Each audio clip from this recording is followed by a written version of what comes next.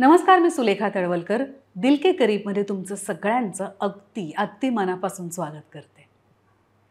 काही जणांचं काय होतं, आधी खूप काम केलेलं असतं, ते आपल्या लक्षात सुद्धा असतं, पण एखादी भूमिका अशी येते ज्याच्यामुळे आधीचं काम झाकोळलं जातं. नेमकं हेच झालं अर्चनाताईंच्या बाबतीत. आई कुठे काय करते ह्या मालिकेतल्या त्यांच्या भूमिकेला इतकी लोकप्रियता मिळाली की त्यांनी आधी केलेलं काम जणू काही विसरायलाच झालं आपल्याला.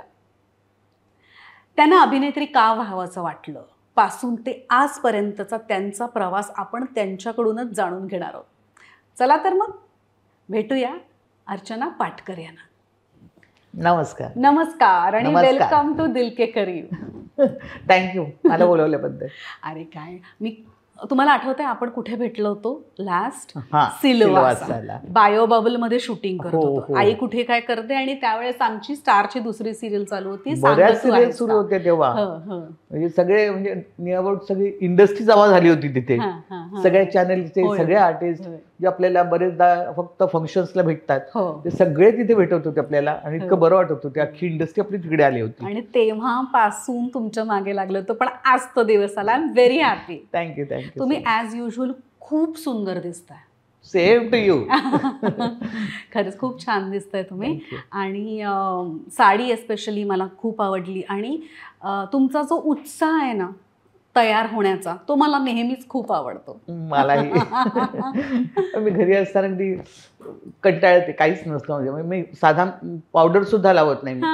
पण मी बाहेर जेव्हा निघते ना तेव्हा मी व्यवस्थित अशी निघते की मला स्वतःला त्याचं गबाळ्यासारखं राहिलेलं किंवा असं बाहेर निघालेलं नाही आवडत. त्यामुळे मी बाहेर निघताना व्यवस्थित असते. वा, कायमच. वा वा. बरं, आपल्याकडे जेव्हा पाहुणे येतात तेव्हा आपण गुळाचा खडा आणि पाणी देऊन त्यांचं स्वागत करतो. सो दिल के करीबमध्ये तुम्ही आलात तर तुमचं स्वागत ऑर्गॅनिक गुळापासून बनवलेला खरवस देऊन करणार आहे. अगवे. सहज हवन एंटरप्राइज हा ब्रँड आहे आणि अद्वैत बापट यांनी तुमच्यासाठी आज खरवस आणलाय. अरे वा, थँक्यू थँक्यू सो मच. वा. आपली एक साताऱ्याची मैत्रीण आहे डॉक्टर आरती सोमण आणि 100% हर्बल प्रॉडक्टचा हा ब्रँड आहे निसर्ग हर्ब्स. अरे. प्लांटेशन पासून ते प्रोडक्शन पॅकेजिंग सगळं ते लोक स्वतः करतात. वा. आणि तुमच्यासाठी नीम टूथपेस्ट पाठवली आहे. हर्बल सोप आहे. आहा, क्या बात है. Sweet orange. बॉडी ऑइल आहे. बॉडी स्क्रब आहे. फेस स्क्रब आहे. वा, सुंदर. थँक्यू थँक्यू निसर्ग. थँक्यू.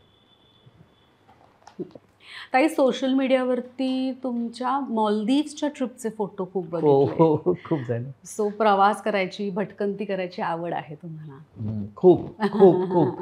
तरी मी अजून श्रीलंका नंतर बाली हे फोटो टाकलेले नाहीत. वेळ मिळाला नाही, टाकेन नंतर. सो आता पुढे कुठे तुम्ही प्रवास करणार आहात? बरेच ठिकाणी जायचं आहे, पण मला जपानला जायची खूप इच्छा आहे. अरे वा. मला का कोणास ठाऊक जपान बघायचं आहे. तर ती एक इच्छा आहे. बाकी आता या महिन्याच्या शेवटी किंवा पुढच्या महिन्यात आम्ही आणखी एका ट्रिपला जाणार आहोत. ते तुला इंस्टावर कळेलच कुठे. बरं, त्यासाठी केबिन बॅग लागेलच ना? हो. अरे वा. ब्रँडचं नाव आहे चेरी पिक. अरे निशांत आवळे आपले अतिशय दिल के करीब मित्र आहेत. अरे किती सुंदर आहे, किती सुंदर आहे. रंग बघा ना. खरं खरं माझा आवडता रंग पण आहे ना. सुंदर सुंदर. Thank you thank you so much. Personalise name tag सुद्धा आहे तुमचा. अरे अर्चना, किती गोड किती गोड. जड आहे ते. Okay, thank you. या सगळ्या बॅग्सवरती 35% डिस्काउंट ठेवलाय फक्त आपल्या दिल के करीबच्या सगळ्या प्रेक्षकांसाठी. अरे वा, छान छान छान.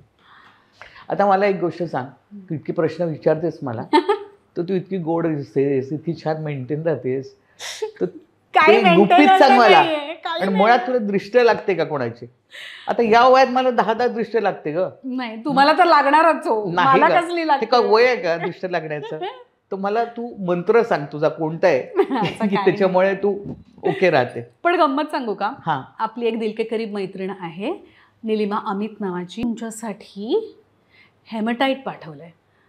अरे आणि हे नजर वगैरे आपल्याला जी लागते ना त्यापासून वाचवतं. म्हणजे हे हातात घालायलाच पाहिजे असं नाही हा ताई, हे तुम्ही बरोबर पर्समध्ये वगैरे बाळगलं तरी असू दे, आत्ताच घालते. पण दिसायला छान आहे ना, किती सुंदर दिसते ते घातल्यानंतर सुद्धा. बरं ताई, हे एनर्जाइज करून तिने पाठवलंय. Thank you thank you thank you so much. Thank you. सुंदर आहे, छान दिसते ताई. तुम्ही भरपूर काम केलेत ह्या आधी सुद्धा, पण आई कुठे काय करते जेव्हा तुमच्याकडे आलं तेव्हा परत एकदा ती फेम चालू झाली. पण आई कुठे काय करतेच्या आधी तुम्ही काय करत होतात असं कोणी विचारलंय का तुम्हाला? नाही, तसं काही जास्त विचारलं नाही. पण आत्ताची जे नवीन जनरेशन आहे त्यांना मी माहीत नव्हते. आणि बरेच ते गुगल करतात लगेच. पण सुरुवातीला ही कोण आहे, हे कोण आहे, चांगलं काम करते असं वगैरे होतं. ताई तुमचं पहिलंच काम खूप आवडतंय आम्हाला असं वगैरे होतं. पण ती आधीची जनरेशन जी होती त्यांनी सांगितलं यांची कामं आम्ही बघितली, तर ऑलरेडी या आधी खूप काम केलेलं आहे त्यांनी. मग त्यांनी ते इन्स्टावर किंवा गुगलमध्ये ते सर्च करतात ना की मग माझं इना मेडिकातलं पावसात भिजणारं गाणं वगैरे तुम्ही आहात असं वगैरे त्यांची रिॲक्शन असायची नंतर. पण मजा येते ती की आताची जनरेशन पण आता ओळखायला लागली आपल्याला. मगाशी मी तुम्हाला सांगत होते तसं आत्मविश्वास मधलं तुमचं काम मला खूप आवडलं होतं. आणि त्याच्यामध्ये एक सीन आहे बघा, तुमची सासू तुम्हाला डोक्यावरती कांद्याची साल ठेवायला सांगते. आणि तसं तेव्हा माझं आय थिंक नवीन नवीन लग्न झालं होतं असणार, मला एक्झॅक्टली आता आठवत नाही, पण मी ते करून बघितलं होतं. आणि मला तेव्हा सुद्धा तुम्ही, तुमची पर्सनॅलिटी, तुमचं काम खूप आवडायचं, खूपच आवडायचं. Thank you so much. बरं, आई कुठे काय करतेचा विषय निघालाय तर तो तुमचा प्रवास कसा होता, त्यातल्या काही आठवणी, अनुभव सांगू शकाल का? नेहमीसारखंच 2-3 वर्ष मी काही काम करत नव्हते. मुळात म्हणजे सासूला बरं नव्हतं, तिला पुन्हा पुन्हा ॲडमिट करावं लागायचं दर महिन्याला वगैरे. तर त्यामुळे 2-3 वर्ष मी काम केलं नव्हतं. मध्ये एखादं वर्ष मी काहीतरी बालाजीची एक सिरियल केली होती डायन, पण त्यांना आधीच त्यांनी सांगितलेलं होतं मला की 50 एपिसोडच असणार आहे. तर त्यामुळे मला माहीत होतं 2-1 महिन्यात ती संपणार, ते काम संपणार म्हणून ते घेतलं होतं मी. त्याच्यानंतर काही करत नव्हते. पण एक दिवस नमिताचा मला फोन आला की काय करतेस? म्हटलं काय नाही. नमिता वर्तकचा फोन आला की काय करते? म्हटलं काय नाही, ये ना ऑफिसला. म्हटलं बाई मी आत्ता बाहेरून आलेली आहे, उद्या सकाळी येते. तर मी दुसऱ्या दिवशी म्हटलं काय करते? तो काही नाही, सिरियल करतो आम्ही, तू ये भेटायला. म्हटलं ठीक आहे. तर मी जीन्स पॅन्ट एक कुर्ता वगैरे घालून आम्ही गेली. तर म्हटलं लुक टेस्ट असेल ते कोडणी वगैरे तिकडे मिळेल, टाकली की आपलं डायलॉग बोलले मोकळे झालं. तर गेलं होतं, ते म्हणे डायलॉग तिने दिले हे वाचायला. ठीक आहे वगैरे. मग झालं, मग गप्पा मारल्या. तिच्याबरोबर मी आधी एक ना 2 घडीचा डाव सिरियल केली होती. तर गप्पा मारल्या वगैरे. म्हटलं चल निघते. मग कुठे? राजन सर येत आहेत, म्हणजे राजन साही, DKPचे मेन प्रोड्युसर. तर त्यांना भेटून जा. म्हटलं ठीक आहे. मग त्यांना भेटले वगैरे वगैरे, पूर्ण झालं आमचं वगैरे. आणि इतके अवॉर्ड्स त्यांच्या रूममध्ये. म्हटलं इतना हिंदी सिरियल किया है, एक बार भी नहीं बुलाया म्हणजे. ते हसायला लागले. तर अभी बुलाया ना आपको? म्हटलं अच्छा ठीक आहे. म्हटलं काय, मला सांग कोण आहे काय ते. तेवढं कुठं चालले? साईन करून जा, झालं तुझं काम, कास्टिंग झालेलं आहे तुझं. तर म्हटलं झालंय. ते चॅनलला विचारायला लागतं ना. तर नाही झालंय तुझं काम. आणि त्याच्यामध्ये काय झालं, मी त्यांच्या रूममध्ये बसलेली असताना राजन सर बाहेर गेले. आणि काहीतरी तिला विचारलं की ही आजी करणार? म्हणजे तशी वाटत नाही, आजी एक डोक्यात जी फ्रेम असते ती नाही वाटत. तर नमिता म्हणाले माझं लुकआउट आहे, बघा ती वाटणार आणि छान वाटणार आजी. मग ते तयार झाले की ओके तू म्हणतेस तर काय असेल. पण नाही, त्यांनी मला काही एपिसोड झाल्यानंतर त्यांनी स्वतः मला मेसेज केला आणि म्हणाले की मैं पहले थोडा हेजिटेट था की आप कर पाओगे की नाही, पण तुम्ही ज्या पद्धतीने ते करताय ना तर मला इतकं मनापासून आवडतंय. इव्हन माझी आईसुद्धा तुमचा रोल बघत असते कंटिन्युअसली की तुम्ही कसे करताय, तुम्ही कसे वागताय. आणि ते अशी पावती मिळाली की बरं वाटतंय का आपल्याला सुद्धा. अशा प्रकारे आई कुठे काय करते सुरू झालं. तो प्रवास फारच मोठा होता, 5 वर्षाचा. तो सिरियलसाठी सुद्धा होता आणि माझ्यासाठी सुद्धा होता. कारण मी मलाडला राहते आणि शूटिंग आमचं ठाण्याला असायचं. तर त्यामुळे 2-2.5 तास जायचं, येताना 2.5 तास, झोप 4-4.5 तास, 5 तास मिळायचे. म्हणजे बरेच माझे मित्र वगैरे म्हणत होते की तिकडेच घर घ्या आणि तिथेच राहा. बाकीच्यांनी पण तसंच केलं ना. बाकीचे कारण काय होतं, बाकीचे जितके होते ना ते पुण्याचे होते बरेचसे. म्हणजे 95-98% लोक पुण्याचे होते. तर कुठेतरी घर घ्यायचं तर त्यांनी तिथे घेतलं, ते ओके होतं. पण मी, मिलिंद, नंतर आणखीन 1-2 जण आम्ही इथेच राहायचो ना, मुंबईतच राहायचो. माझं असं व्हायचं की तिथे मी घर घेऊन करणार काय. माझी सासू इथे आहे, माझं घर इथे आहे, तिथे एकटी मग ते पटायचं नाही. म्हणजे सगळ्यांनी सांगून बघितलं की काय असेल तर आमच्याकडे येऊन राहा. इव्हन पहिल्या कोविडच्या काळात सुरुवात झाली होती तेव्हा आमचं खूप हेक्टिक चाललं होतं की कधी बंद होणार म्हणून. तेव्हा मधुराणींनी सांगितलं, तिच्याकडे मी 3-4 दिवस राहिले होते. तिने पण खूप मदत केली मला तेव्हा. आणि नंतर मग असं वाटलं की नाही, ते घरी गेल्यानंतर जे सुख मिळतं ना, घरी पोचलो 4 तासासाठी काय असे ना, पण छान शांत झोप लागते आपल्याला घरी गेल्यानंतर. सकाळी निघताना घरच्यांचे सगळ्यांचे चेहरे बघून निघतो, त्यांच्याशी काहीतरी बोलता येतं, त्यांनाही बरं वाटतं आपल्याला बघून. मग ते 5 वर्ष तेच सुरू होतं मग माझं. बापरे, हेक्टिक ना खूपच. हेक्टिक खूप आहे, खूप हेक्टिक. पण एक अतिशय सुंदर गोष्ट अशी होती ना, जेव्हा मला नमिता वर्तकनी मला ही स्टोरी सांगितली होती, माझा रोल सांगितला स्पेशली, तेव्हा तिने सांगितलं टिपिकल सासू आहे ती, खासते वगैरे वगैरे. म्हटलं नको ना, मला अत्याचार नाही करायला आवडत ग. ते टिपिकल सगळ्या सिरियल्समध्ये तिला उपाशी ठेवते, तिला जाळते, नाही करते, ते नको ना. ते म्हणते नाही, याच्यात खूप छान लेयर्स आहेत, तू कर.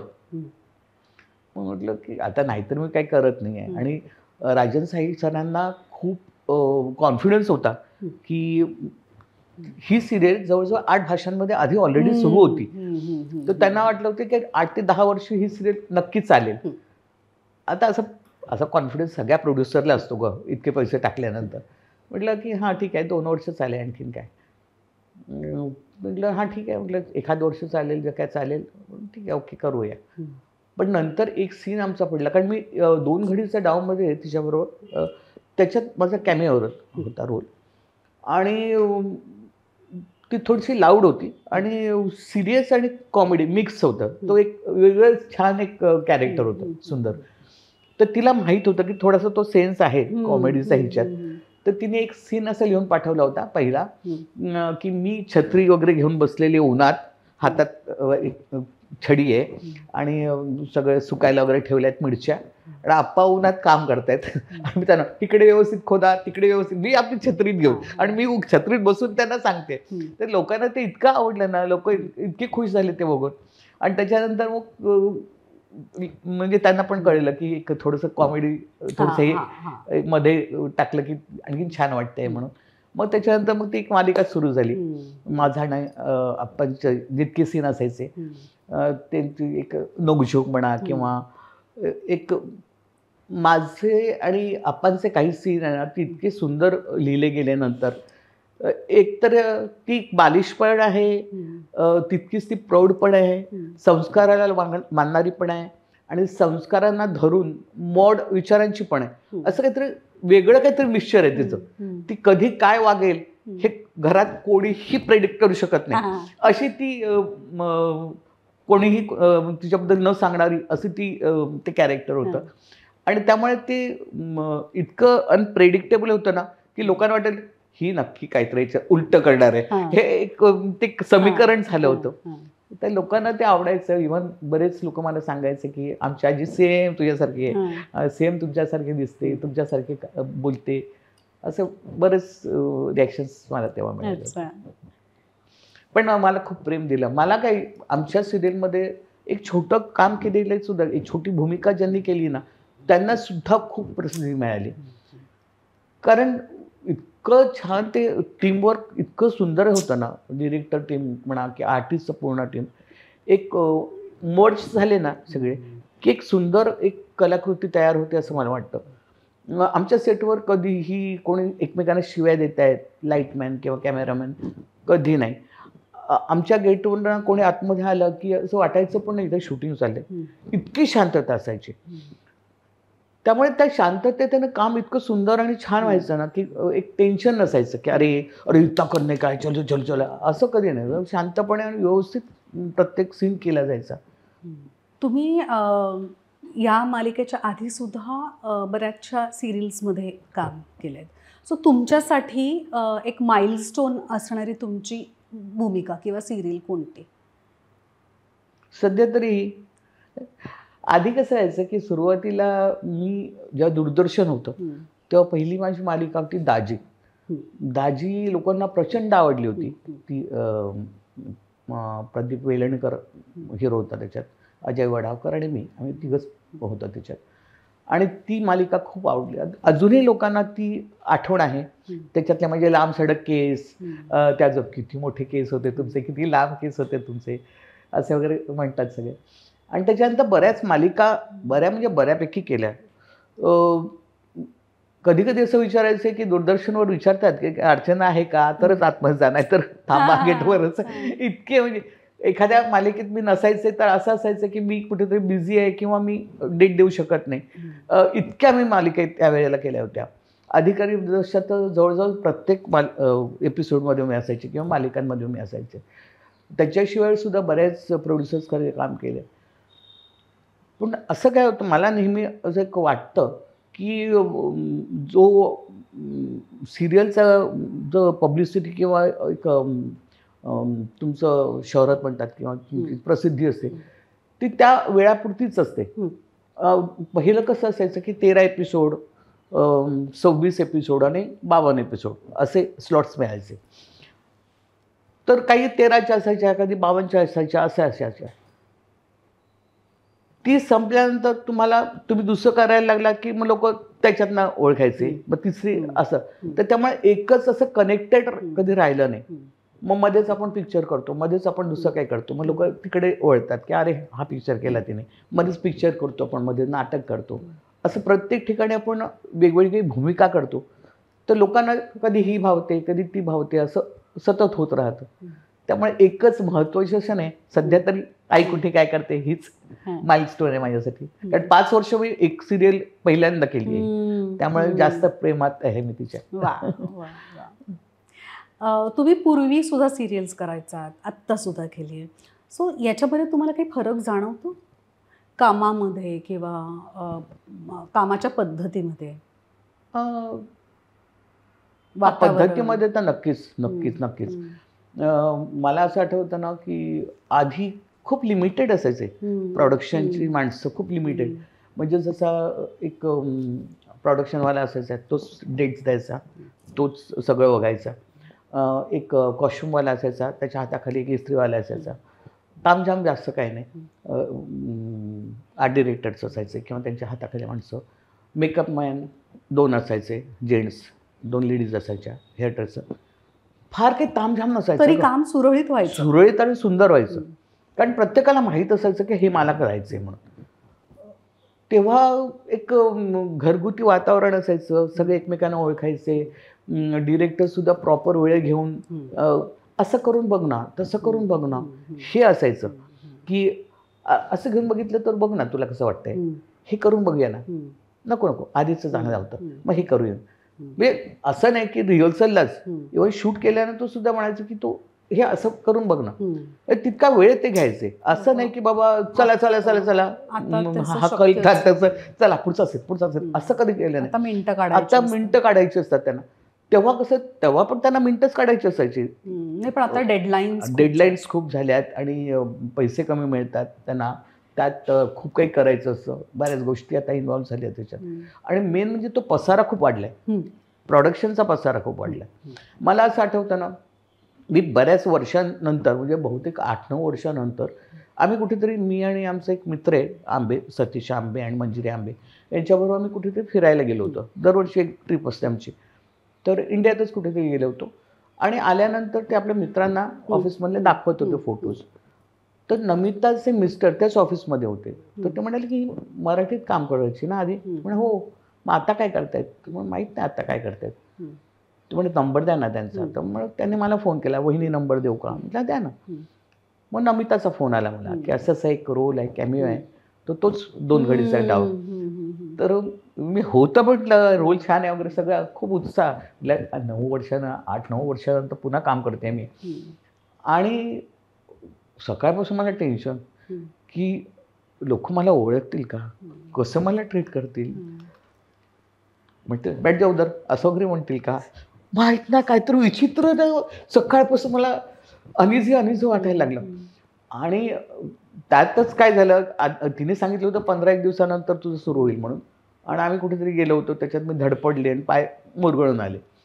तर मी तसे लंगडत सेटवर गेले.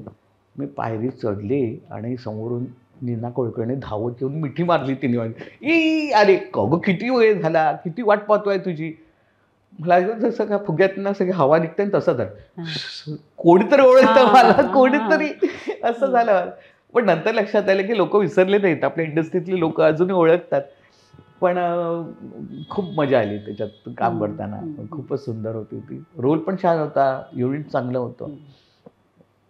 त्यामुळे मला असं मध्ये गॅप गेल्यानंतर पुन्हा जाताना ज्यावेळेस सेटवर, तेव्हा मग थोडंसं ओळखतील का नाही ओळखतील असं असतं. या पण सेटवर येताना कोणीतरी एक माणूस ओळखीचा भेटू दे बाई. मिलिंदला बघितलं, म्हटलं मिल गया असं. मग मी रिलॅक्स, कारण मी त्याच्यावर आणि मिलिंद कम्फर्टेबल सुद्धा करतो. आणि त्याच्यावर मी ना सून लाडकी सासरची पिक्चर केला होता. तर त्यामुळे आम्ही आधीपासून एकमेकांना ओळखत होतो. तर त्यामुळे आमच्या सेटवरचा तो मला काही गप्पा मारायच्या असतात, काही बोलायचं असेल, काही त्याच्याशी डिस्कस करायचं असेल, तो माझा एक तो बॅकबोन म्हटलं तरी चालेल. काय चिडचिड झाली तर बघ ना रे असं वगैरे असायचं. मग तो अर्चुताई असं करून त्याची सुरुवात असायची.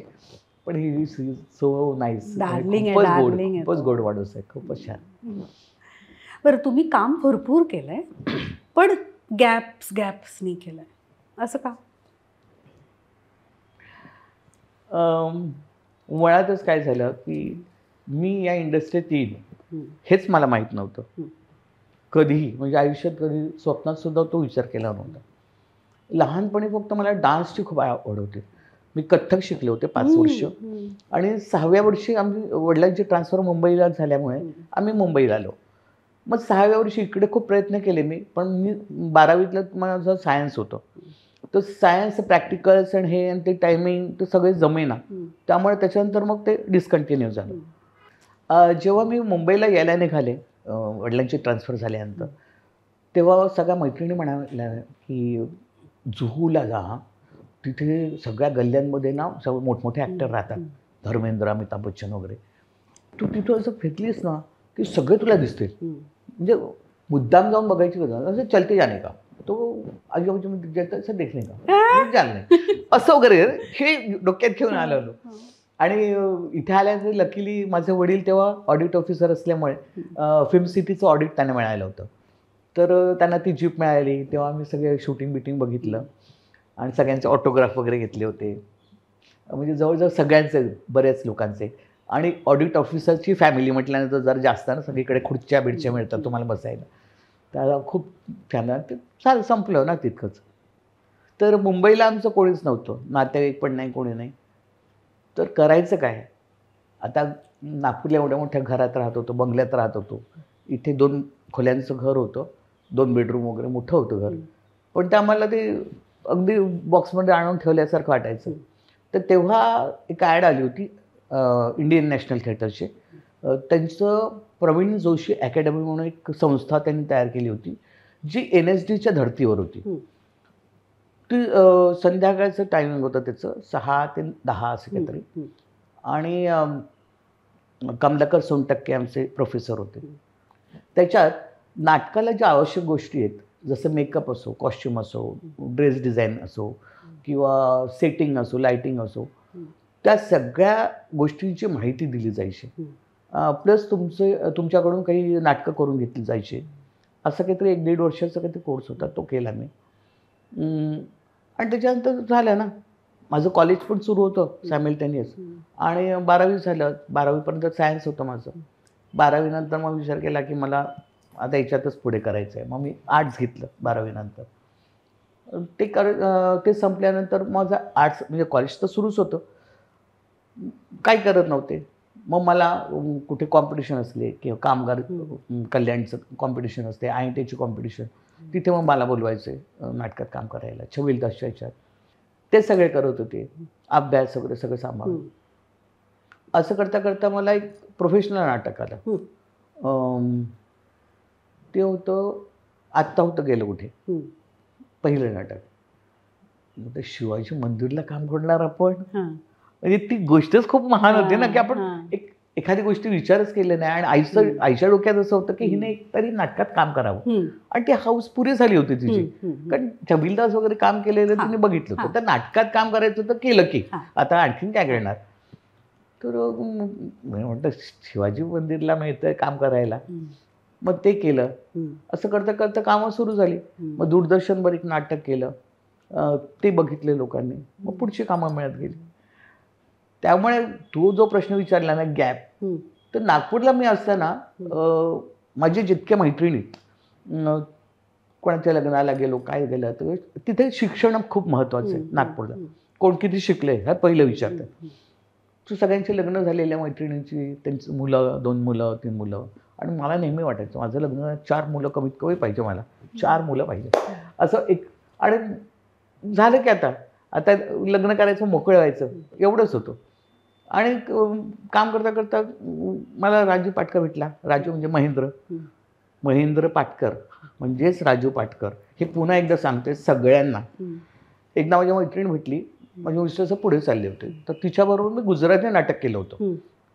तेव्हा माझे मिस्टर मला घ्यायला आले होते, तर ते ओळख करून दिली की वडबुई वगैरे म्हणून, माझा होणारा नवरा असं वगैरे.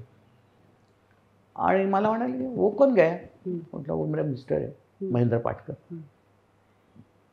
पहले वाले को छोड़ दिया. पहले वाले कौन पहला, वो राजू पाटकर के कहता है, वही आहे, उसकाही नाम महेंद्र आहे. ते बरेच लोक कन्फ्युज होतात, महेंद्र पाटकर नाही राजू पाटकर एकच आहे का, म्हटलं हो एकच आहे. त्याचं खरं नाव महेंद्र पाटकर. तर तो माझ्या आयुष्यात आला. आईने अट घातली की ग्रॅज्युएशन झाल्याशिवाय लग्न करायचं नाही. ग्रॅज्युएशन कंप्लीट केलं. त्याच वर्षी लग्न, 22व्या वर्षी लग्न मग मोकळी झाली. आणि तोपर्यंत माझं पिक्चर पण पहिलं झालं होतं, पुढचं पाऊल. त्यामुळे या सगळ्या गोष्टी इतक्या अनपेक्षित घडत होत्या ना माझ्या आयुष्यात, की एकामागून एक मिळत होत्या. मी करत होते, सिरियल्स करत होते, TV वर काय प्रोग्राम्स करत होते, की म्हटलं झालं ना, एकदा पोस्टरवर पण दिसलो. विचार पण नाही केला की कधी आपण पिक्चरमध्ये दिसू. आई वडील तर म्हणजे पोस्टरकडे, प्लाझाच्या पोस्टर उभे राहून बघत होते, आपली मुलगी. त्यांनी कधी विचार पण केला नव्हता ना की आपली मुलगी अशी पोस्टर वगैरे दिसेल, ते पण सिनेमाच्या. झालं, संपलं ना. आता त्याच्यापेक्षा जास्त विचारच केला नव्हता. विचार नेहमी छान लग्न करायचं, मस्त 2-3 पोरं, मस्त सुखी संसार, हाच एक प्लॅन आयुष्यात होता. मग लग्न करून मोकळे झाले. मग माझा मुलगा लहान असताना पुन्हा 6-7 महिन्याचा असताना दत्ताजी आले. कारण पुढचं पाऊल पण त्यांनीच केलं होतं, दत्ताजी, राजदत्त. तर ते आले, तर ते म्हणायला लागले की काय काम बंद केलंस तू. तर म्हणजे मिस्टर म्हणे नाही करू शकते ते, असं काही नाही. पुन्हा 5-6 दिवसांनी आले, चल कोल्हापूरला शूट आहे, आपण पिक्चर करतोय, डबल रोल आहे. मी ब्लँक. माझा मुलगा 7 महिन्याचा. म्हटलं दत्ताजी मी कशी येणार, इतकं लहान बाळ आहे ते, त्याला कुठे घेऊन येणार. शूटिंगला म्हणजे थोडेसे हाल होतात का मुलांचे. त्यांना राग आला, निघून गेलेत ते. आणि माझी हसवाली चहा घेऊन, काय झालं तर म्हटलं असंच वैतागून निघून गेले. कारण त्यांनी प्रोड्युसरला सांगितलं होतं की मी अर्चनाला घेतलंय म्हणून, याच्यात तीच करणार आहे म्हणून. तर मग मीटिंग झाली घरी.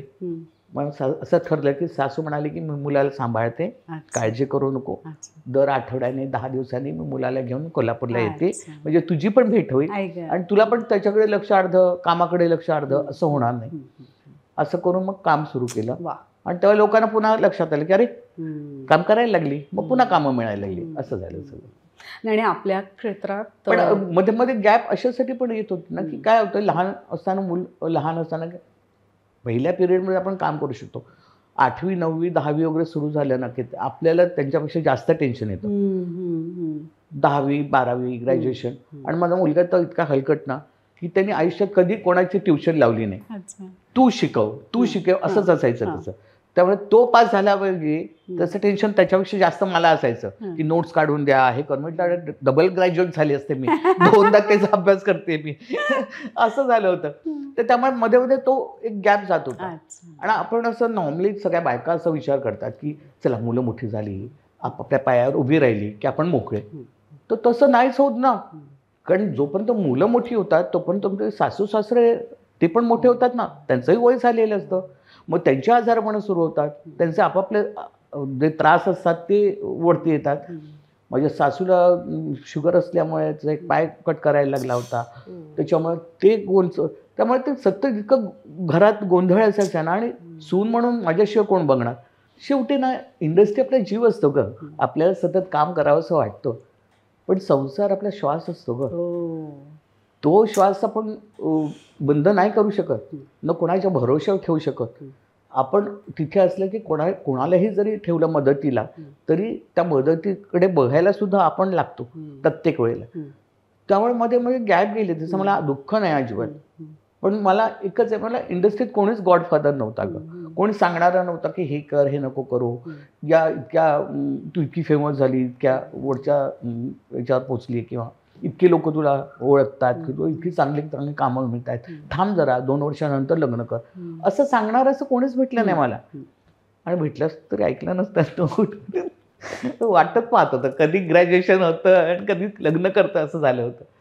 आणि सगळ्यात हाईट म्हणजे काय, तेव्हा मी तर स्ट्रगल, मी काम करत होते, पण राजू पाटकर तो काही न कमवत नव्हता.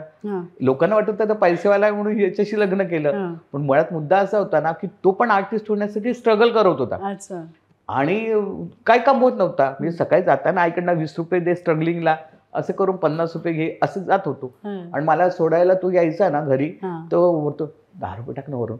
वरून 10 रुपयाचं कॉईन टाकायचं, तो बस घेऊन स्टेशनला जायचा आणि तो कुर्ल्याला राहायचा. तर असं करून तो कुर्ल्याला जायचा. त्यामुळे तो फार श्रीमंत, म्हणजे तो तर काहीच नव्हता तेव्हा. जेव्हा त्याच्या घरच्यांना माहीत होतं हे सगळं, पण सांगायला लागले की घरी पण सांग तुझ्या. तर म्हटले बघ, आमच्याकडे 2च गोष्टी असतात, एक तर तो मुलगा काय कमवतो आणि किती शिकलेला आहे. आता काय कमवतो म्हणजे मुलीला पोचणार काय, तो आईवडिलांकडे बघणार प्रत्येक वेळेस. तर तुला काहीतरी कमवलं पाहिजे. आता तू ते नाच सोड आर्टिस्ट होण्याचा किंवा ॲक्टर होण्याचा. मग त्याने टूर्स अँड ट्रॅव्हल्स सुरू केलं आणि ते बऱ्यापैकी चांगलं चाललं होतं. मग मी लग्न केलं. तर मग त्याच्यामुळे लग्नानंतर त्या गॅप ज्या मध्ये मध्ये आल्या आहेत त्या नॅचरल होत्या.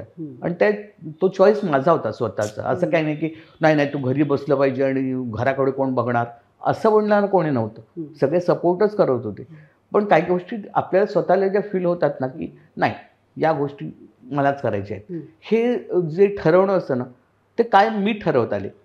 माझ्या आयुष्यात जितकी मोठी डिसिजन्स मी घेतलेत ना, लग्नाचे असो किंवा बाकी कुठलेही, हे काम करायचं नाही करायचं, कुठेही कोणी मला सपोर्ट करत नाही. सपोर्ट इन द सेन्स की काय करू का नको असं मी कोणाला विचारायला जात नाही. कारण मला 1-2 अनुभव खूपच वाईट आले होते इंडस्ट्रीतले सुरुवातीला. तर त्यामुळे मी काय होतं की आपण जर एखादा डिसिजन घेतला ना, उदाहरण लग्न घे, मी डिसिजन घेतलाय, मला तो आवडतो कारण त्याला बरेच गोष्टी असतील माझ्या डोक्यात की माझा नवरा त्याच्यात हे पाहिजे ते पाहिजे, सपोर्टिव्ह असला पाहिजे, तो तितका स्ट्रॉंग असला पाहिजे, वाईट परिस्थितीत पण उभं राहायची ताकद पाहिजे त्याच्यात, हे सगळं आहे त्याच्याकडे. पण तो आता सध्या कमवत नाहीये, पण तो चालेल मला. कारण काय, तो पुढे कमवेल ना. आता काय तो म्हातार झाला नाही ना, आता का 22-23 वर्षाचा आहे, पुढे आयुष्य पडले की आपण दोघं मिळून करू काहीतरी. हे मला पुढे लक्षात येतं की हा माणूस असा करेल. आणि समजा फसलोच की आपलं डिसिजन चुकलंच तर दोष आपला आहे ना. तेव्हा आई वडिलांना नाही तू करून दिलंस ना लग्न, बघ कसा आहे नवरा माझा, बघतो का म्हणून बिचाऱ्याने त्यांनी तुम्हाला आयुष्यभर सांभाळलंय, शिक्षण दिलं, इतके कष्ट घेतले, आणि पुन्हा लग्नानंतर सुद्धा त्यांनाच दोष द्यायचं की तू असा नवरा मिळवून दिलास म्हणून. तर मला ते स्वतःला पटत नाही काही गोष्टी, की तुम्ही डिसिजन घेतल्या ना, तुम्हाला तो पटतोय ना, तर मग करा. इव्हन मी सिरियल्स करताना सुद्धा काही सिरियल्स मी केल्यानंतर ते फसल्या थोड्या विचारात. तो प्रोड्युसरचं पण काही नाही, मला जो रोल सांगितला होता तो इतका सुंदर होता, आणि नंतर मी चॅलेंज सांगितलं की त्या सिरियलमध्ये असंच होतंय त्यामुळे TRP वाढतोय. तर तुम्ही हे इकडे वाढवा, ते तिकडे वाढवा. असं केलं की तर माझा रोल कुठे गेला काही कळलंच नाही. मग नंतर मला दुःख व्हायला लागलं की का केली मी. पण ज्या क्षणी मी हो म्हटलं होतं त्या क्षणी ते बरं होतं ना. त्यामुळे काही काही डिसिजन आपले थोडेसे चुकतात, पण ते आपण म्हणायचं हां ठीक आहे, नेक्स्ट टाइम आणखीन अलर्ट राहूया, असं असतं. त्यामुळे गॅप घेतली त्याच्या मला काही दुःख नाही ग, कारण त्याच्यानंतर मिळालेली कामं पण उत्तमच मिळाली, चांगलीच मिळाली, चांगल्या लोकांबरोबर मिळाली. तो फायदा आहेच. तुम्ही तुमच्याबद्दल, तुमच्या फॅमिलीबद्दल आत्ता सांगताय, तर तुमची घरची पार्श्वभूमी काय होती? आईकडची. आईकडची माझे वडील ऑडिट ऑफिसर होते. तो किस्सा सांगा ना, मगाशी सांगत होता. माझे वडील ऑडिट ऑफिसर होते. ते कायम बाहेर असायचे, म्हणजे फिरतीवर असायचे. कधीतरी त्यांना सुट्टी मिळाली की ते 8 दिवसासाठी 10 दिवसासाठी यायचे आम्हाला भेटायला, किंवा आम्हाला सुट्ट्या असल्या ना की आम्ही जायचो ते जिथे असतील तिथे. तेव्हा भिलाईला, बोकारोला, स्टील प्लॅन्ट्समध्ये किंवा कोल माइन्स असतात तिथे त्यांचं ऑडिट सुरू असायचं. तर असं ते होतं. तर मला 2रीत की 3रीत असताना मला सरांनी सगळ्यांना विचारलं की तुमचे वडील काय करतात, काय करतात. तो मला सांगता येईना, कारण का हा प्रश्न कधी पडलाच नाही ना, वडील काय करतात, काम करतात एवढं माहीत होतं. तर बाबा तेव्हाच आले होते घरी. तर बाबांना म्हटलं, बाबा मला ना उद्या टीचरला जाऊन सांगायचं आहे की तुम्ही काय करता. म्हणजे सगळ्यांना विचारतात की तुमचे वडील काय करतात, तर तुम्ही मला सांगा ना तुम्ही काय करता. त्याने असं विचार केला, काय नाही हजामत करतो म्हणे, सगळ्यांची हजामत करतो असं बोलले. आणि ते सिरियसली असं बोलले आणि मी ऐकलं. म्हटलं ठीक हजामत करतात. टीचरला जाऊन सांगितलं, तसं केलं. सरांनी सांगितलं माझे वडील ना हजामत करतात. ते म्हणे हजामत करतात, कुठे दुकान, नागपुरात. म्हणतो नाही, ते फिरतीवर असतं. त्यांना कळे ना असं कुठलं हजामतीचं दुकान जे फिरतीवर असतं. ते हसले सगळे. अच्छा अच्छा ठीक आहे, बस बस म्हणे. मग मी घरी जाऊन सांगितलं. म्हणजे सगळे मुलं हसत होते. आई बाबा म्हणाले मी हजामत करतो म्हणून. हे कोणी सांगितलं. म्हटलं बाबांनीच सांगितलं. म्हणजे सगळे मुलं हसत होती, माहिती आहे हजामत आहे तुझे बाबा म्हणून, हजामत करतात म्हणून. तर मग म्हणाले की अगं ते ऑडिट ऑफिसर आहे ना, तर त्यांना सगळ्यांची तासायला लागते ना, म्हणून ते म्हणाले हजामत करतात म्हणून. ते खरं नाही काही सांग. म्हणजे मग त्यांनी जे सांगितलं तेच सांगितलं ना मी. तर असं आमची मस्ती असायची सुरू. पण मला एक बहीण आहे, आरती नाव आहे तिचं, आणि एक भाऊ आहे संजय, तो कुवेतला असतो. बहीण माझी देना बँकेत होती, तिनं नंतर रिटायर झाली ती. आई वडील ते ना, म्हणजे मी आईच्या पोटात असताना ते हौशी असतात ना मंडळ, कॉलनीतले मंडळ, त्याच्यात वगैरे नाटकात वगैरे काम करायची. मी तिच्या पोटात असताना 6 महिन्याची वगैरे असताना तिने शकुंतलाचं काम केलं होतं. एवढं मोठं पुढं शकुंतलेचं काम केलं होतं. आणि तेवढे बहुतेक तेव्हाचं ते आलं असेल तुझ्या डोक्यात. पण बाकी काही त्यांचं म्हणजे फार काही हे नव्हतं. की वडील उत्तम तबला वाजवायचे आणि त्यांचा आवाज मुकेश सारखा होता. तर आम्हाला कधी वाटलं ना बाबा गाय ना, तर ते मुकेशचं एखादं गाणं म्हणायचं त्यांच्या आवडीचं.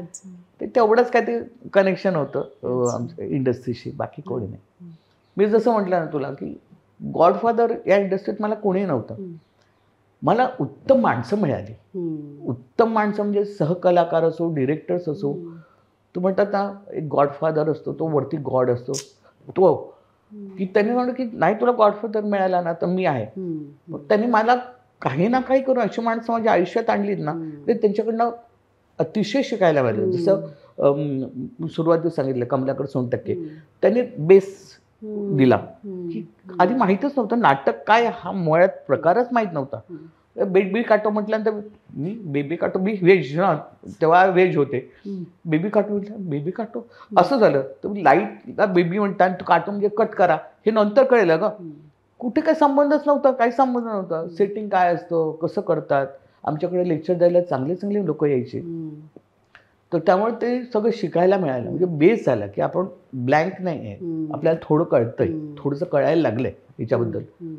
आणि जेव्हा मी दत्ताजींबरोबर काम करायला लागले पुढच्या पाऊलमध्ये, राजदत्त, तर त्यांची एक अतिशय खास गोष्ट होती की त्यांना माहीत होतं ह्या मी, मानसी मागीकर आणि एक सागर म्हणून होता, आम्ही तिघंजण, आम्ही अगदी नवीन. त्याच्यात प्रशांत दामले आमच्या शेजारी राहायचा, तो पण होता. तर आमच्या 3 खुर्च्या अशा लागलेल्या असायच्या आणि सेटवर दिग्गज लोक, यशवंत दत्त, आशालता ताई, त्याच्यानंतर निळूभाऊ, असे मोठे मोठे कलाकार. तर तिथे लावलेली असायची खुर्ची, मेकअप करायचं, इथे येऊन बसायचं, बघा ते काय करतात बघा. आणि ते तेव्हा मला हे पण माहीत नव्हतं ग की कॅमेरा कसा फेस करायचा, काय करायचं माहीतच नव्हतं. प्रत्येक गोष्ट दत्ताजीने शिकवली आम्हाला, म्हणजे मला तरी, बाकीच्यांचं माहीत नाही मला, पण मला तरी प्रत्येक गोष्ट, म्हणजे एखादा इमोशनल सीन सुद्धा ते इतक्या ताकदीने आम्हाला करून दाखवायच्या की मला असं लाज वाटायची की अरे खरंच इतकं तरी जमणार आहे का आपल्याला, इतकं असायचं का, इतकी इंटेन्सिटी असायची त्यांच्या एखाद्या सीन करण्यात. तर त्यांच्याकडनं खूप शिकायला मिळालं. मी तर त्यांना मनातनं गुरुच मानते, कारण नंतर काय होतं, जसं पण काम करत जाताना प्रत्येकाकडनं शिकत जातो. असं इंडस्ट्रीत मला वाटतं त्यावेळेला असं कोणी कलाकारांचं ज्याच्याबद्दल मी काम नाही केलं, प्रत्येक काम बरोबर काम केलेलं आहे, सिरियल्समध्ये असो, पिक्चर्समध्ये असो, आणि प्रत्येकाकडनं खूप शिकायला मिळालं. आणि सगळ्यात पॉझिटिव्ह गोष्ट मला काय वाटते माहिती आहे माझ्या बाबतीत घडलेली, की मी नवीन असल्यामुळे त्यांना माहीत होतं ही नवीन आहे. जितके सिनियर कलाकार होते ना, सगळ्यांनी काय म्हणजे टार्गेट करणं किंवा एखादं मुद्दाम टोचून बोलणार आहे, काही येत नाही वगैरे असं वगैरे न करता प्रत्येकाने इतकं सांभाळून घेतलं. इव्हन लक्षाबरोबर मी काम केलं होतं आम्ही दोघं राजा राणीमध्ये, तो किंवा विजय गोखले, विजय कदम, विजय पाटकर, हे सगळेजण आहे ना तुम्हाला सांगतात नाटकात किंवा सिरियलमध्ये, अच्छा ना असं करून बघ ना, याला पण चांगलं आहे, याला चांगला लाफ्टर येईल. हे सांगणारे कलाकार फक्त मराठीतच आहेत असं मला वाटतं बघ. गुजराती वगैरे नाटक केलं तेव्हा तुम्हाला टाळ्या मिळाल्या ना, आणि त्यात तुम्ही गुजराती नाही मराठी इंडस्ट्रीतनं आलेल्या आणि तुम्हाला टाळ्या मिळत आहेत म्हटल्यानंतर खूप त्रास होतो गो तिकडच्या आर्टिस्टला खूप त्रास होतो. त्यांना हे नाही वाटत की अरे तुमच्या नाटकाला ते टाळी आहे, तुमच्या डिरेक्टरला ती टाळी आहे, मला पर्सनली नाही आहे, त्या कॅरेक्टरला ती टाळी आहे. मी गुजराती नाटक करत होते आणि तेव्हा 6 महिन्यासाठी मिस्टर पाटकर गेले होते दिल्लीला. तर मला असं वाटलं गुजराती आपली काय मातृभाषा नाही, नाही जमेल. पण आमचा एक मित्र रायटर होता राजेंद्र शुक्ला म्हणून, तो म्हणे अर्चना नाही बहुत अच्छा काम आहे. आपल्याकडे जो हँडसअप होता तो त्यांनी गुजरातीत केला होता आणि खूप सुंदर माझा रोल होता. आणि त्याच्यात काय व्हायचं की सगळ्यात शेवटी खिडकीतनं पडतो खाली आणि पडल्यानंतर माझी काही वाक्य आहेत आणि त्याच्यावर टाळ्या मिळतात आणि कटत पडतो, असं नेहमीच झालं. काही टाळ्या वगैरे वगैरे त्यांच्या वाक्यांना तितक्या मिळणार, तितक्या माझ्या वाक्यांना टाळ्या, हे जर जास्त वाढल्यानंतर त्यांना त्रास व्हायला लागला.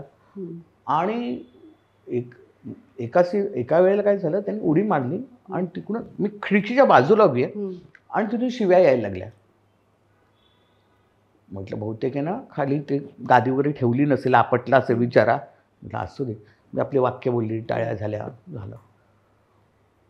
दुसऱ्या ते वाढायला लागलं प्रत्येक प्रयोगाला आणि नंतर शिव्या तर मोठ्याने यायला लागल्या.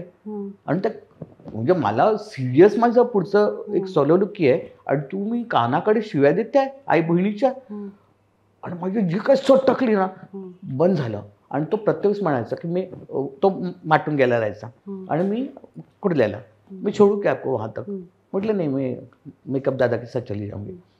तर त्याला खूप राग यायचा तसं. तो मग म्हटलं 1 मिनिट मेरे को बात करनी आपसे. आणि त्या दिवशी अशी सटकली होती माझी, माहीत नाही का. तर म्हटलं की आप नीचे जम करने के बाद तो गालियाँ देते और मैं पास में खड़ी होती हूँ. मैंने 2-3 बार देखा, मुझे लगा पहले गद्दी नहीं डाली होगी. तो मैंने पहले चेक किया, बोले नाही मॅडम 2-3 गाद्या टाकलेल्या असतात, त्यांना काही लागलं वगैरे नाही, पडल्यानंतर त्यांचं तो एक पॅटर्न झालेलं आहे ते शिव्या द्यायचा. म्हणजे पॅटर्न झाला म्हणजे थोडक्यात तुम्ही ना समोरच्या आर्टिस्टला त्रास देण्याचं काम करताय. आणि म्हटलं देखो मेरे को ज़्यादा गालियाँ आती नहीं है. आणि मला त्या क्षणाला ज्या काय आठवत होत्या ना कोणाच्या ऐकलेल्या काय, कारण आमच्याकडे 3 बायकाच ग, मी माझी बहीण आणि आई, भाऊ लहान 8 वर्ष, शिवाय कोण कोणाला देणार. एक दोन शिव्या सोडल्या ज्या बायका बोलू शकतात तेवढंच काहीतरी घरात बोलल्या जायच्या कधीतरी चिडल्यानंतर आई. बाकीचं बहीणचं काही माहीतच नव्हती ना. तर कोणीतरी काहीतरी राजूने कोणाला दिलेली असं काहीतरी आठवण नव्हतं. मी सगळं जे काय आठवतं सगळ्या शिव्या दिल्या. आणि म्हटलं अभी अगले शो में गिरने के बाद अगर कुछ गालियाँ आई ना तो मैं वहाँ पे खड़ी रहूंगी. अभी जो बोली ना पूरी गालियाँ वहाँ पे खड़ी होकर दूंगी और बाद में मेरा पैच बोलूंगी. ये ध्यान में रखना. मेरा कोई जाता नहीं है, ये इंडस्ट्री मेरी नहीं है, ये गुजराती लोग हैं, आप लोगों को जानते हैं, मुझे कोई नहीं जानता यहाँ पे. तो बेइज्जती जो होगी तुम्हारी होगी, मेरी नहीं होगी कुछ. असं म्हटल्यानंतर नहीं अर्चना वो क्या मैं आज कल ना हाथ पे गिर गया ना वो. नहीं सॉरी फिर ऐसा कुछ होगा तो बता दिया मैंने. आणि दादा थांबले होते. दादा म्हणते थांब मी येते. निघून. आणि गुजरातीमध्ये कशी पद्धत असते तुम्हाला काढल्यानंतर तुम्हाला सांगत नाही तो फोन करून तुम्हाला काढलंय म्हणून. आणि तिथे मला भरपूर पैसा होता, भरपूर चांगलं पाकिट होतं. आणि मला पैशाची तेव्हा गरज होती कारण इनामिनाडिका पडला होता त्यामुळे पैशाची खूप गरज होती. आईला म्हटलं मी पायावर कोराड मारले. काय मेला काय शिवाय घातल्या असत्या तर लक्ष नसतं दिलं तर चाललं असतं. शांत राहायला पाहिजे होतं का. हो कशाला असं दोन्हीकडे चाललं होतं. कुठं सॅटर्डे संडे असतात त्यांचे शोज. आली ॲड. प्रोड्यूसरने फोन केला अर्चना जहाँ या शो है थोड़ा जल्दी आ जाओ ऐसे ऐसे कुछ लाइन्स चेंज करणे आहे असं. गेले. कोणी नव्हतं. आणि लवकर बोलवलं अर्धा तास कोण नाही. बघितलं तर म्हणतो कोणी मुलगी दिसते का नवीन आलेली रिप्लेसमेंट. काय नाही मेकअप मॅन आले मेकअप केला आम्ही आमचा वगैरे. पहिली वेळ झाली दुसरी वेळ झाली. म्हटलं अरे वा अरे माझी धडधड वाढत होती. म्हटलं काय होत आहे पुढे कारण त्यांचं नाव आहे ना. नॅचरल मी कोणीच नाही म्हटल्यानंतर त्यांच्याकडे कोणीच नाही म्हटल्यानंतर ते म्हणते अरे इसको निकाल दो तो ते काढणार नॅचरल आहे. थर्ड बेल झाली एंट्री झाली हे झालं सगळं झालं. आणि तो सीन आला शेवटचा. आणि माझ्या पोटात असे गोळे ना. म्हटलं आता शांत राहायचं. त्याने काय केलं तरी आपण बोललोय खरं पण असं काही वागायचं नाही असं ठरवलं होतं. आणि शूट केलं त्याला पडला सन्नाटा फुल सन्नाटा. आता येईल काही शिवी नाही आठवण म्हणतं काही नाही आज शांतता खूप आहे. मग वाक्य घेतलं वगैरे झालं आणि मी एक्झिट घेतली. तो समोर उभा होता. अच्छा देखो आज कुछ भी गाली नहीं आई. मतलब थैंक यू सो मच. नहीं मैडम क्या होता है मैं गिर जाता हूँ. मैंने आज ऐसा करके पकड़ा तुमने गाली नहीं निकली. म्हटलं व्हेरी गुड शाबाश. पण काही ठिकाणी ना तुम्हाला स्ट्रॉंग व्हायला लागतं ग. काही ठिकाणी तुम्हाला गरज असते तरी तुम्हाला असं झुकतं माप घेतलं की मग ते पुढची माणसं आहे ना तर मग जास्त गृहीत धरायला लागतात. हे पण मला लक्षात येतं कधी कधी. पण आता थोडी बऱ्यापैकी शांत झाली आहे मी. मग बऱ्यापैकी शांत झाली आहे. म्हणजे मी मोजते एक पाप केलं दुसरं झालं तिसरं झालं आता शेवटचं मेल असतो असं असतं माझं. घडा भरेपर्यंत थोडंसं मग मी सांगते एकाला की बाबा घडा भरतोय आता शांत राहायला सांगा समोरच्याला असं असतं. घरी कोण कोण असतं आता. आता सध्या तरी घरी मी माझे मिस्टर माझा मुलगा आम्ही तिघं असतो. माझे मिस्टर महेंद्र पाटकर. आमचा बिझनेस आहे कॅमेराचा. म्हणजे सिरियलसाठी शूटिंगला जे कॅमेरा जातात ते आम्ही रेंटवर देतो भाड्याने देतो. आणि माझा मुलगा पण तेच करतो आता सध्या त्याला मदत करतो मिस्टरना. आणि त्याला तो चांगला कॅमेरामॅन आहे. संजय मेमाण्याकडे तो शिकलाय. त्याच्यानंतर तो 2 वर्ष कॅनडाला जाऊन डिरेक्टरचा कोर्स करून आलाय. त्याला पुढे डिरेक्टर व्हायचा चांगला मोठा. तो फेस्टिवलसाठी फिल्म्स वगैरे करतो सध्या. पण अजून तितकं चांगलं त्याला अजून त्याला जे पाहिजे ते मिळत नाही आहे त्याला. तर तो त्याचं सुरू असतं लिखाण सुरू असतं. चांगल्या त्याच्याकडे खूप चांगल्या स्क्रिप्ट्स आहेत. तो त्याच्यावर वर्क करत असतो. त्याचं स्वतःचं एक आयुष्य आहे ते जगत असतं. आणि तुम्हाला प्रवास करायला खूप आवडतो. हो खूपच. म्हणजे दरवर्षी एक प्रवास तरी करावा. कारण काय होतं की सगळ्या कामात त्यांना तुमचा बिझनेस म्हटल्यानंतर तुम्हाला एक सुट्टी अशी नसते. तुम्ही पण बघता का ते. मी आधी बघायचे.